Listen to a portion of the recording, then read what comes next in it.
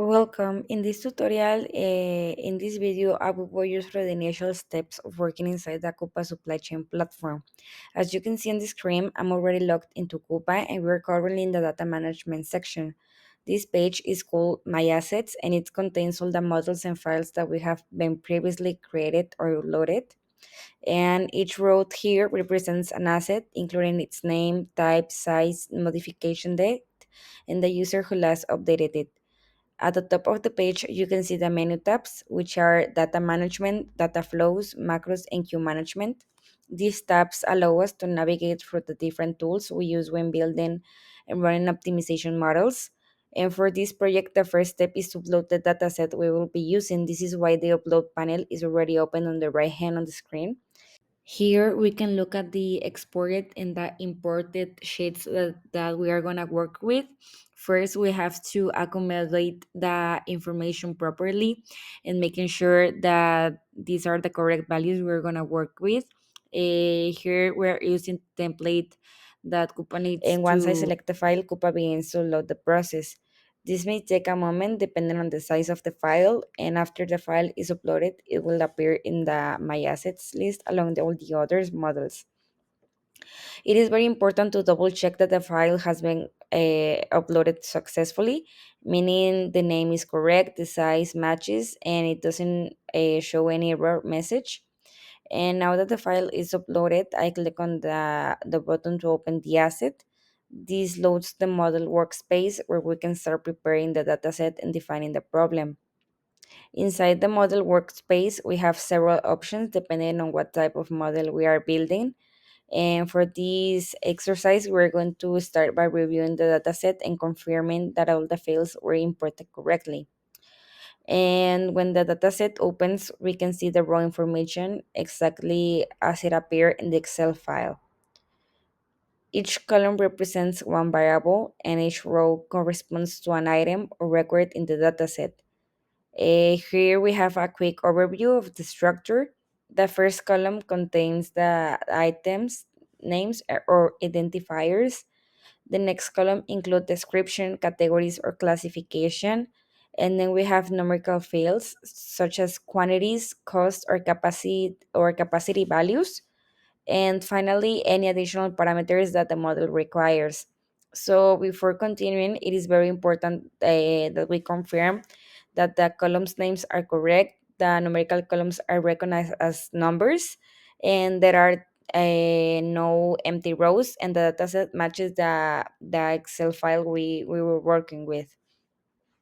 So when this validation is done, then we can continue. The next step is to make sure that it follows the formatting requirement of Coupa, and this includes what we had before, that we ensure that the header names match the expected template, making sure each variable is clearly defined and verifying that there are no merged cells or missing values, because then Coupa will not recognize the information.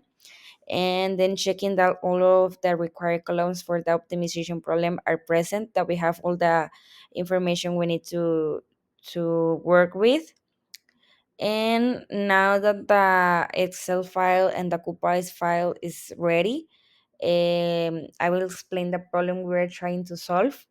For this project, we will use the dataset to perform an optimization analysis in Coupa. The goal is to understand the relationship between the variables and use them to generate an optimized solution. To do this, we first identify the key inputs for our dataset, such as identifiers, categories, and numerical parameters. These files will later be mapped to the model elements inside Coupa. And in the upcoming steps, we will configure the model, assign the parameters, and build the structure required to solve the problem. But for now, our focus was on uploading the dataset, verifying it, and preparing it for the next steps so everything can go as planned. So now that we have our categories, we can observe the distribution centers and the greenfield files, and then we can go to our list of selection where we can find some of the values and check them correctly. Now, on the input tables and the section of sites, we can observe the information and making sure that everything is okay and the information is placed correctly. We scroll down the sections that we need to make sure that we have. Here we were missing some of the costo fijo type, so we just write it down so everything is correctly and we don't have any empty spots. And here we realize that something was wrong, so we go to our input tables and then we find our error, which was what we were talking about before. We can see that there's null information on the part of site, and also that the source is not written correctly. Also, the product part is null, so we just try to erase it and do and find a way to do it correctly and properly, so we can continue with our model. Now that we go to sites and scenarios, once we have the table, we start to analyze the customer sourcing policies, site policies, and we start analyzing the Planta Querétaro and also the sites and the products that we are going to put in Planta Querétaro in order to analyze it. Um, we select all products and also we select all distribution centers such as Puebla, Guadalajara, Villahermosa, Monterrey, and Culiacan. And now we go to site sourcing policies and we analyze. As we can analyze, we will go now to site sourcing policies and analyze that we also have all Planta Querétaro connected to all distribution centers. What we are going to do next is also put Planta Querétaro, like put uh, approximately 10 new rows for Planta Querétaro, and we are going to put inside all the greenfield analysis that we did previously instead of adding the distribution centers that we already have. In products, we are going to analyze all products that Planta Querétaro is sourcing towards the greenfield site sourcing, well, the new greenfields that we created. And we are going to continue with this process for all greenfields plants that we created from greenfield DC1 to greenfield DC10. We also have to put in consideration that we're going to consider all of the customers that the greenfield cities are sourcing with also all the products that these plants have in order to have a wider comprehension on how the distribution centers and the greenfield sites work. Also, for transportation policies, we're going to do the same thing. We are going to take all the greenfield cities in a new row and put in destination all the customers that the greenfield cities have. Consider also all the products that these distribution centers of greenfield have towards all of our customers. We are going to save our progress and the modifications that we did on the tables, including configuration numbers, site sourcing policies, and transportation policies. We're going to save all of the data that we modify.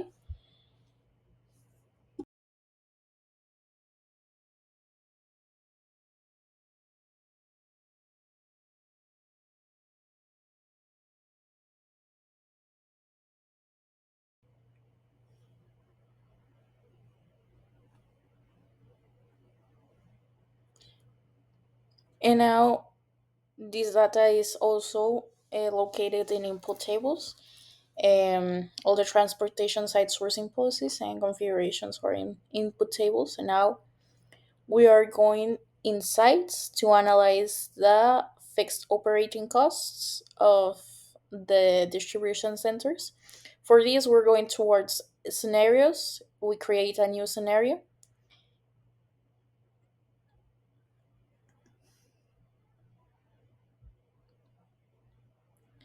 We go to scenario items, click new scenario. We rename the scenario if we want to. We're going to put a scenario items.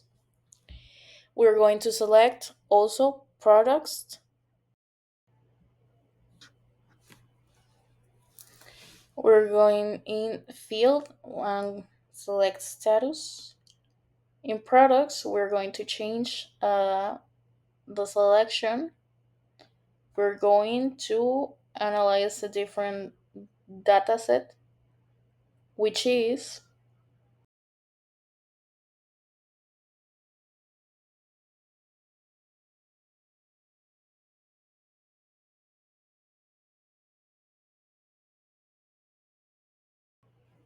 now in order to analyze the scenario item, we're going to select a table with data. We select sites. We are going to analyze the sites, and we're going to analyze all sites. In field, we're going to put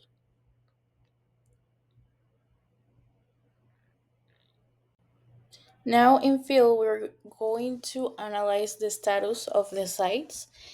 We are going to look up for something that says status and also has like a standard.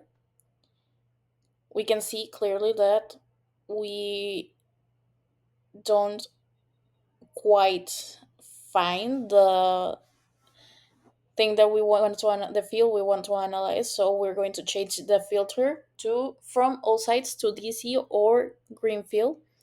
Now the field, we're going to select status. We are going to add the value we're going to consider. Now in values, we are going to put to consider, we're going to consider in this case the status of the distribution center or the green field. Now we go to create a scenario, show the scenario item details, and we are also going to save the progress that we already made. We're going to put in select all scenario items. We're going to run the code in Coupa. In technology, we're going to put network optimization and problem type network optimization NO.